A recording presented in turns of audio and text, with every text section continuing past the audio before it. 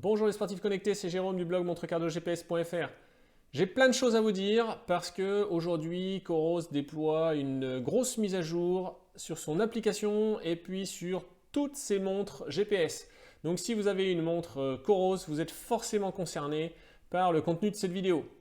Du côté de l'application, il y a une partie visible qui est la refonte de l'interface de l'application. Je vous présenterai ça juste tout à l'heure. Mais c'est plus profond que ça parce qu'il y a une partie invisible qui est également la refonte des algorithmes Evolab. Avec ça, il y a aussi un nouvel outil pour tracer des itinéraires directement depuis l'application. Ça, c'est quelque chose que j'attendais depuis longtemps, vu l'orientation de Coros vers l'outdoor. Il y a également le téléchargement des cartes via le Wi-Fi pour les montres qui supportent les cartes et l'intégration de nouveaux partenaires comme HRV for Training. Pour ce qui est des montres, eh bien, il y a des mises à jour pour absolument tous les montres, mais je vous donne tout de suite la principale, c'est l'ajout du suivi d'itinéraire sur la Coros Pace 2. Donc la Coros Pace 2, Altibaro, tous les outils pour l'entraînement, que ce soit l'allure, à la fréquence cardiaque, à la puissance, tous les algorithmes d'Evolab, eh bien maintenant, elle va faire le suivi d'itinéraire. Pas de changement de prix, c'est gratuit. Et en toute fin de vidéo, cette fois je vous parlerai du repositionnement tarifaire des Apex 2 et Apex 2 Pro.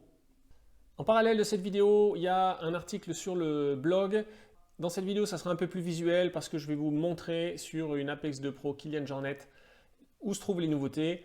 Même chose dans l'application, je vais vous montrer un peu comment ça se passe, comment c'est agencé. Et puis sur le blog, en revanche, je rentrerai un petit peu plus dans le détail, notamment sur le fonctionnement des algorithmes Evolab. Je commence par l'application. Moi, j'ai la version bêta depuis quelques jours. Vous, dès aujourd'hui, vous pouvez aller sur le site de Coros. Je vous mettrai le lien dans la description de cette vidéo. Mais au moment où je tourne la vidéo, je n'ai pas encore le lien exact. Je vous le rajouterai. Donc, si vous cliquez sur ce lien, aujourd'hui, vous allez pouvoir vous inscrire pour télécharger la version bêta de l'application. Sinon, vous attendez simplement le 5 mai et eh bien, à partir du 5 mai, il y aura le déploiement général de la version publique de la nouvelle application. L'interface dans l'application a été revue, complètement revue de la partie graphique et un petit peu revue en termes d'agencement. Donc maintenant on a 4 onglets en bas. On a un onglet progression qui va regrouper des informations qu'on avait avant dans le premier onglet qui était l'onglet aujourd'hui et dans le troisième onglet qui était l'onglet profil. Donc on va retrouver tout simplement des données de l'activité quotidienne, des séances de sport, et puis les résultats des algorithmes d'Evolab jusqu'à la carte de chaleur de musculation, les tests de variabilité de fréquence cardiaque, le sommeil. Dans le deuxième onglet, on a les activités sportives. Troisième onglet, c'est l'outil pour tracer les itinéraires, je reviendrai dessus après. Et quatrième onglet, le profil. Là aussi, je reviendrai dessus pour vous montrer quelques petites choses. Cette première page, on peut maintenant la modifier. Donc vous pouvez afficher ou supprimer les cartes selon qu'elles vous intéressent ou vous intéressent pas. La carte niveau d'entraînement, c'est un petit peu le statut d'entraînement qui va présenter les 3 variables de charge d'entraînement. Donc le niveau d'entraînement, la condition physique, et l'impact de charge. Ça, c'est des notions qui existaient déjà. Simplement, le niveau d'entraînement s'appelait niveau de fatigue. Ça correspond à la charge aiguë, la charge chronique et le training stress balance, le ratio entre les deux. Globalement, toutes les marques utilisent des traductions différentes. Si vous voulez en savoir un petit peu plus, eh bien, il y a un article sur le blog qui vous détaille un peu justement ces données de charge d'entraînement. Parce que finalement, le fonctionnement de base est le même, quelle que soit la marque. Il n'y a que les noms qui changent. Là, il y a quelque chose de nouveau, c'est le niveau de course. C'est un score qui est ensuite décomposé en 4 composantes qui correspondent à 4 plages d'allure, telles qu'elles sont décrites ci-dessus. Donc, il y a une allure sur la plage 30 km et plus, sur une plage 10 km, une plage 3 km et une plage sprint 400 mètres. Les scores vont de 40 à 100, ils sont gentils chez Coros, vous ne pourrez pas avoir 0. Et ça va vous permettre de suivre vos progrès. L'idée, c'est de dire que votre VO2 max ne fait pas tout et que si vous vous entraînez à gagner de la vitesse sur 5 ou 10 km, eh bien, ce n'est pas pour autant que vous allez gagner du temps sur les prédictions de votre marathon. C'est un fonctionnement qu'on va retrouver sur tous les algorithmes Evolab. Comme je vous l'ai dit, il y a plus de détails sur le blog, sur le comment ça fonctionne derrière. Mais voilà, maintenant, le prédicteur de course, eh bien, il utilisera pas seulement votre VO2 max pour calculer des prédictions sur 5 km ou sur marathon. Il va essayer spécifiquement d'utiliser votre répartition de niveau de course. Je trouve que ça se rapproche du fonctionnement de Stride qui, après avoir utilisé Stride pendant quelques séances, eh bien, vous affiche une courbe de puissance. Et ça vous donne la puissance que vous êtes capable de tenir pendant la durée du point que vous consultez sur le graphique. Donc vous pouvez consulter comme ça la puissance que vous pouvez tenir 1 heure, la puissance que vous pouvez tenir 10 minutes, etc. Le troisième onglet, c'est l'onglet Explorer pour tracer des itinéraires. Ça ressemble à ce qu'on trouve un peu sur toutes les applications ou sites. On peut choisir différents fonds de carte, vue satellite, carte plutôt routière un peu simple, et la carte outdoor sur laquelle on voit mieux les dénivelés. Ensuite, on trace sur le petit crayon. Là, on choisit si on veut une activité de course, de vélo ou bien manuelle. Ça va faire des interpolations différentes entre les points parce que certains chemins sont par exemple impraticables à vélo. Donc vous pourrez y passer si vous utilisez l'outil course, mais vous ne pourrez pas y passer si vous utilisez l'outil vélo. Et puis ensuite, si vraiment vous voulez faire le bourrin et passer quand même, eh bien vous pouvez toujours utiliser l'outil manuel. Ensuite, c'est tout simple. On appuie sur un point de départ. On appuie sur les points suivants, l'itinéraire se trace. On peut zoomer pour avoir un peu plus de sentiers, un peu plus de détails. Si à un moment on veut ajouter un waypoint, eh bien on utilise le petit outil juste en bas à droite. Et on va par exemple dire qu'ici, on va une alerte turn by turn. On peut lui mettre un icône comme on veut. Pour gommer, il y a un outil qui est assez original. On utilise la gomme et en fait on ne va pas gommer point par point. On va simplement passer comme ça sur toute la partie qu'on veut effacer. Ensuite on peut reprendre, si jamais on a un peu raté notre passage, pour ajuster exactement ce qu'on veut supprimer. Si on fait un appui long, en dehors de l'itinéraire, dans ce cas-là, on va pouvoir enregistrer un emplacement, un point d'intérêt. Là, ce sera bien un emplacement qu'on peut enregistrer comme ça et qu'on peut aussi enregistrer depuis la montre en sauvegardant l'emplacement où on est. Tout en bas à droite, on a un petit dossier et on retrouvera là-dedans tous les itinéraires qu'on a enregistrés et tous les lieux qu'on a sauvegardés. On peut utiliser des filtres, donc par exemple choisir un type de sport, une distance, une région, si on cherche par exemple les itinéraires dans les Alpes, et puis une source selon que les itinéraires viennent de l'appli Coros. Alors Coros ça inclut les itinéraires qu'on a importés manuellement, ou Strava ou Komoot. Dans le dernier onglet, il y a deux choses intéressantes ici. Si votre montre supporte la cartographie, alors vous pouvez cliquer sur la carte du haut, vous allez dans Carte, et là vous voyez que le monde est découpé en petits rectangles, et on sélectionne à partir de là les rectangles qu'on veut télécharger. Alors là j'ai déjà téléchargé la France, donc je ne peux pas les resélectionner, mais voilà, si on veut augmenter un peu par là, on peut télécharger comme ça l'Angleterre, l'Écosse, une grande partie du pays de Galles. On voit en bas qu'il reste sur ma montre presque 17 Go de place, que ces 4 tuiles que j'ai sélectionnées pèsent, elles, 57 mégas. Donc c'est tranquille. Lorsqu'on clique sur télécharger, eh bien, la montre va se connecter au Wi-Fi et le téléchargement va se lancer via le Wi-Fi.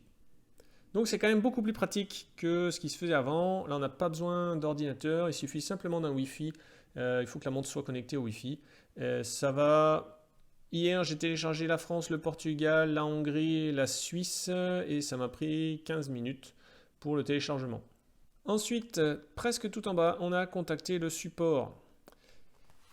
Vous n'aurez plus besoin de chercher le téléphone ou l'email du SAV Coros si jamais vous avez un problème technique ou un problème quelconque avec votre montre. Ici, vous allez pouvoir taper votre problème, joindre des photos pour illustrer ce que vous décrivez. Les gens de Coros auront accès à tout un tas de données techniques, votre modèle de téléphone, la version de l'application Coros, la version du firmware de votre montre, vos données d'entraînement, etc.